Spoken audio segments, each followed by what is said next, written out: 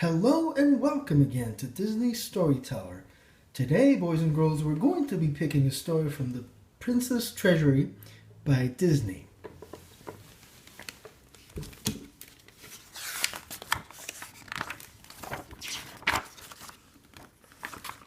Snow White and the Seven Dwarfs.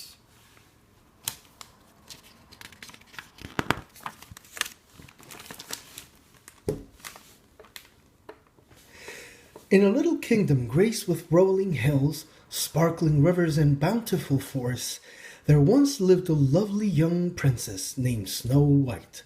Snow White was not only kind, but beautiful as well. Her hair was the deepest ebony, her complexion the purest ivory. Snow White's father, the king, was dead, and so she lived in the palace with her stepmother, the queen. And although the queen was also very beautiful, her beauty was only skin deep. Inside, she was cold and heartless and as evil as an ugly old witch. The queen was very jealous of Snow White's beauty, so much so that she forced the little princess to dress in tattered rags and made her work long hours as a scullery maid. The queen thought that, disguised in this way, Snow White's beauty could never rival her own. Still, that wasn't enough to satisfy her vanity.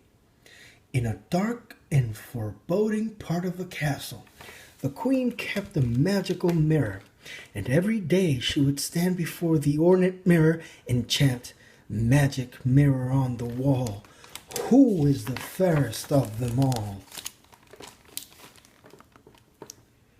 And every day the surface of the mirror would swirl like a dark whirlpool, and a grim face would appear as if rising from the depths. "You are the fairest one of all," the face would answer. The queen would smile and nod and be content. As time went on, however, Snow White's beauty became more and more apparent in spite of the queen's effort to hide it.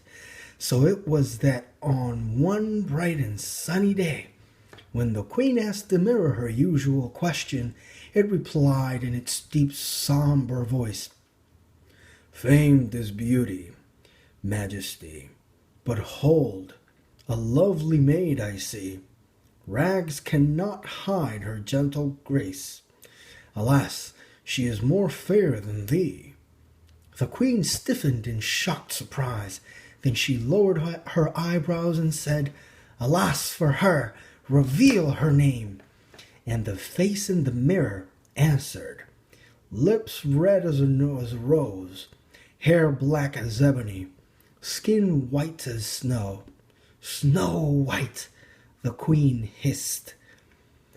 At the very moment the queen was consulting her magic mirror, Snow White was busy scrubbing the stone steps of a courtyard below. The work was hard, but Snow White performed the task in good spirits, and now she sang prettily as a flock of white doves fluttered around her, cooing. When she turned to draw water from a nearby well, Snow White peered down at her reflection and was quite startled to see another face next to hers. "Oh!" she cried. Looking up, she saw a handsome man in the fine dress of a prince standing right beside her. "Oh!" she cried again, backing away. "Did I frighten you? I didn't mean to," said the prince with concern. "It's just that I heard such a lovely song as I was riding by."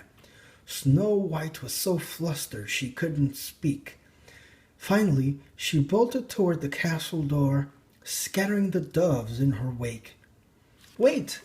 Please don't go!" cried the prince. "I'd like to talk to you some more." But Snow White was already running up the castle's winding stone steps to a small balcony that overlooked the courtyard. When she reached the balcony, she peeked past the heavy curtains and looked down.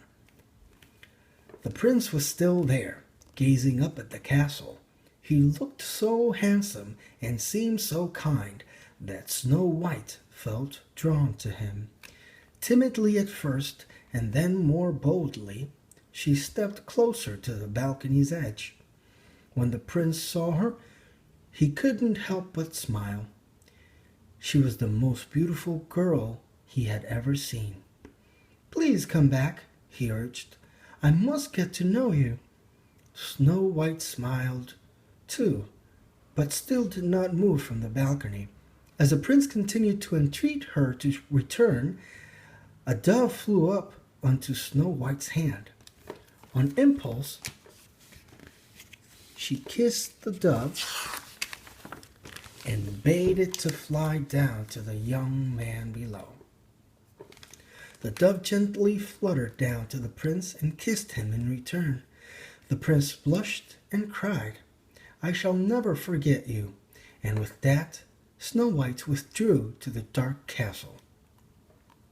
Unknown to either Snow White or the prince, the queen had been watching this tender scene, which filled her with even more anger and jealousy.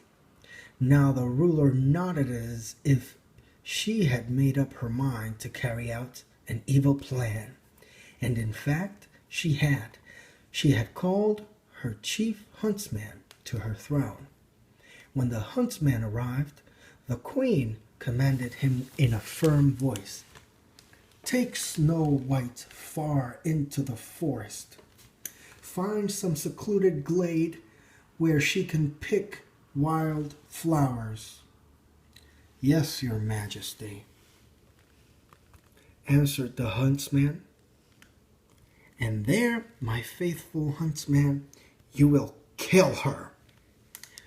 Although the huntsman was a hardened man, he gasped and stared up at his queen. "But your majesty," he cried, "the little princess." "Silence!" snapped the queen. "You know the penalty if you fail." The huntsman bowed his head. "Yes, your majesty," he said solemnly. Then the queen paused and held out an ornate red box. Its clasp was formed by a jeweled dagger piercing a golden heart. "But to make doubly sure you do not fail," the queen continued, "bring back her heart in this box." The huntsman took the box and slowly nodded his head. Stay tuned for the next chapter, where we will continue the story of Snow White. Comment below and remember to subscribe. Bye-bye.